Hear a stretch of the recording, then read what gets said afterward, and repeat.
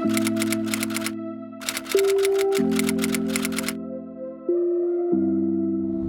so definitely high revving V8.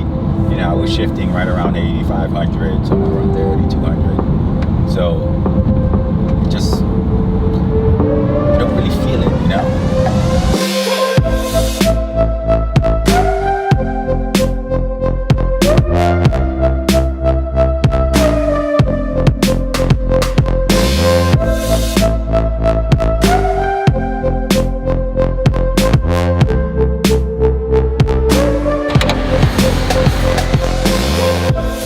So my name is Miguel. This is my 2009 Atlantis Blue M3.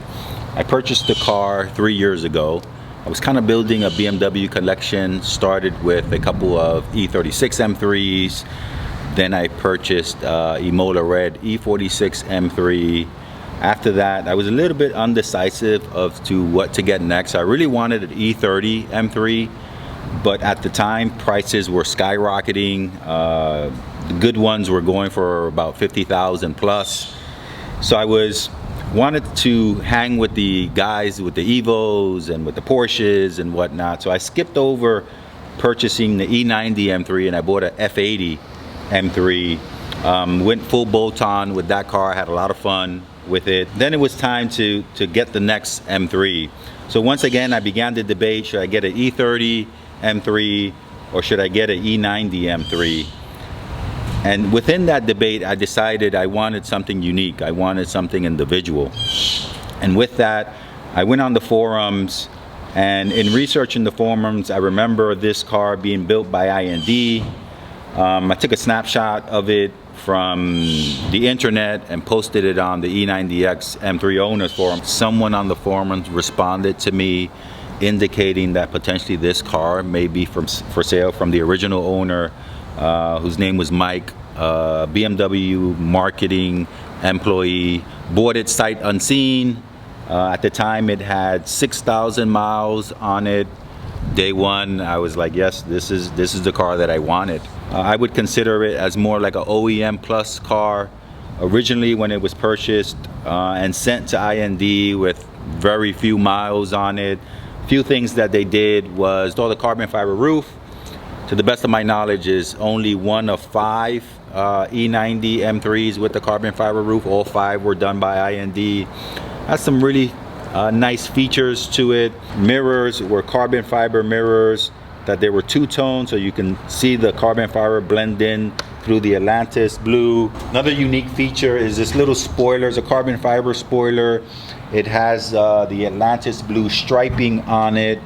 The rear also has an embedded rear diffuser. It has an Aquapovic exhaust system that's been blacked out. Don't miss the big brake kits, front and rear Brembo big brake kits, color matched Atlantis Blue.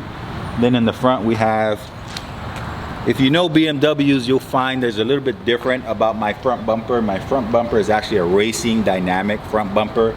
It mimics the original M3 front bumper. The only thing, it's a little bit wider. So it has like a bigger mouth to it and extends about 1.5 inches more forward than the original M3 bumper. Unique feature on it is we embedded a camera in the front, which is a parking camera. That came as a result of front end parking. If you ever need to do front end parking, I try to avoid it as much as I can. But it's always good to have that visual effect where you can see how close you're coming to the bump stops.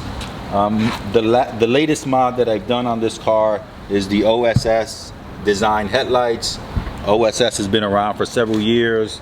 The company is based out of Miami. So a good friend of mine, Luis, owns the company, and he hooked me up with some really nice headlights. I'll show you the engine bay. Engine bay is a pretty unique design. I know a lot of man hours went into the paint scheme. It has denim intake. The plenum was done by IND. Came out perfect. I like how they did the little black stripes within the plenum. It kind of gives it like a racing feel to it. And then some other elements of the engine bay have been painted gloss black. Unique feature about the individual package is that the engine bay, the hood is painted gloss, similar to the exterior of the car, and the engine bay itself chassis is also painted in the gloss. So that's something unique about the individual package M3s, which I really enjoy compared to the normal M3s. I like the glossiness behind it. So that's pretty much my car. So let's go inside? Yeah, let's go inside.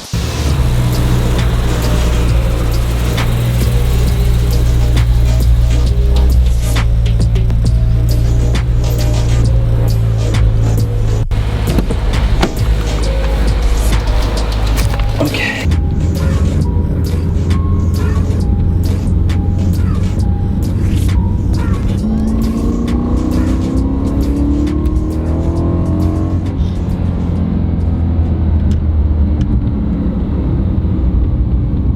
Interior wise, it's been lightly modified with some carbon fiber interior pieces.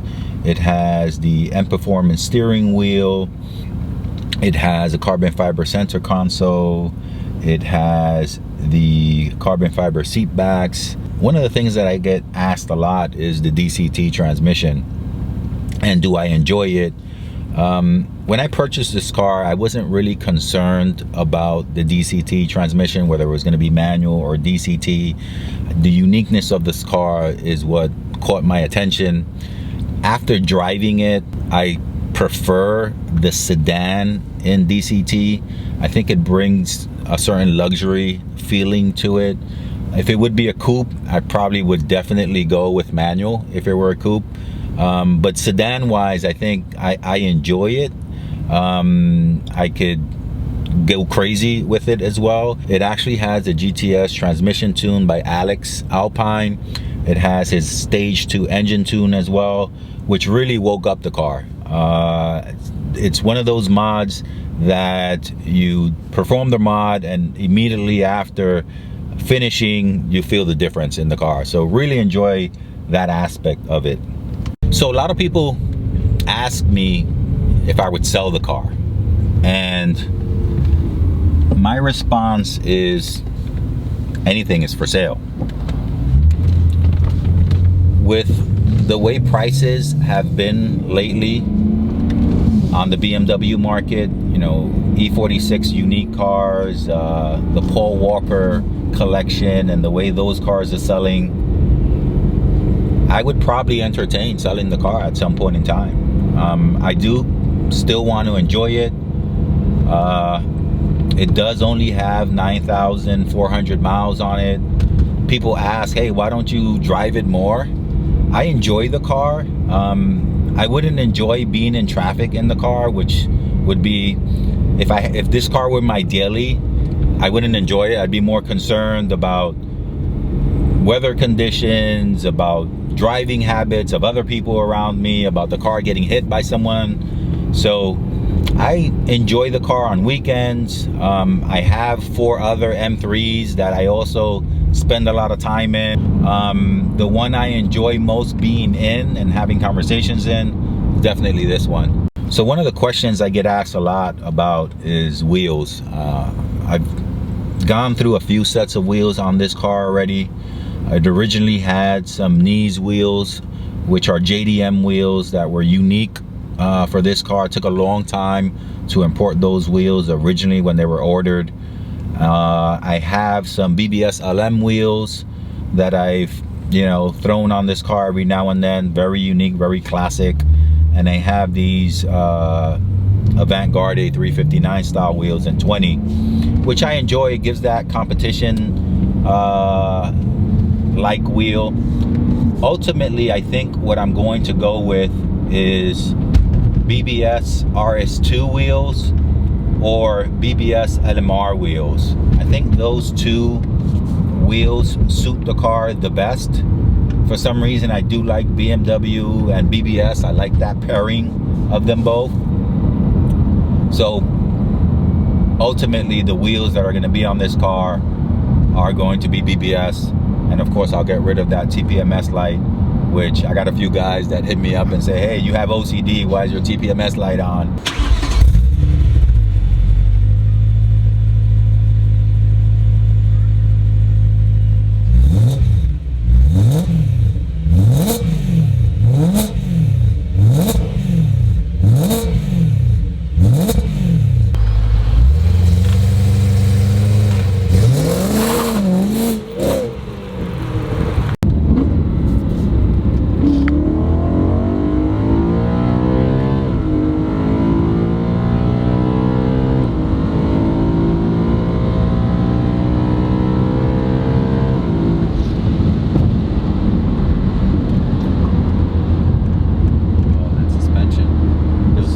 Yeah, Feels good. I love it.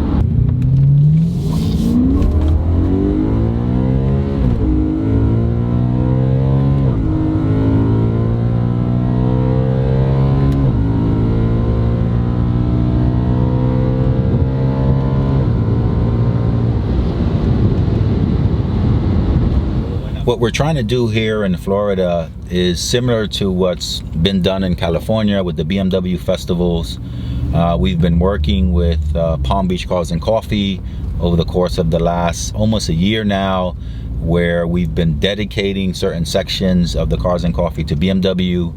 We've had 2 BMW invasions where we've had multiple BMW show up, and me and a couple of buddies, including Spence Burke, are trying to figure out how to create a BMW style festival in Florida. We've been calling it BMW Invasion, and I don't think we have a finite name for it yet, but we do know that if not 2020 and 2021, we do want to create a BMW style festival here in Florida. So we're working toward that. Of course, you can follow me on Instagram, Miguel_Beamer. We have a few pages that, you know, we monitor and we manage. One of them is BMW_Invasion. You can always hit up Spence as well.